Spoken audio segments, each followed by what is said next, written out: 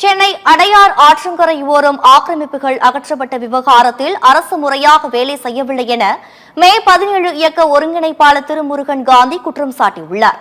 சென்னை பத்திரிகையாளர் மன்றத்தில் செய்தியாளர்களை சந்தித்த அவர், அடையார் ஆற்றங்கரை எதிர்ப்புறத்தில் தனியார் கல்லூரி, காசு கிராண்ட் உள்ளிட்டவைதான் உள்ளது எனவும், பெரிய நிறுவனங்களுக்கு ஆதரவாக அதிகாரிகள் செயல்பட்டு அநீதி இழைத்திருக்கின்றனர் எனவும் கூறினார். மேலும் இது குறித்து அரசு அதிகாரிகளோ மக்கள் பிரதிநிதிகளோ ஊடகத்தை சந்தித்து விளக்கம் அளிக்கவில்லை எனவும் திருமுருகன் காந்தி குற்றம் சாட்டினார்.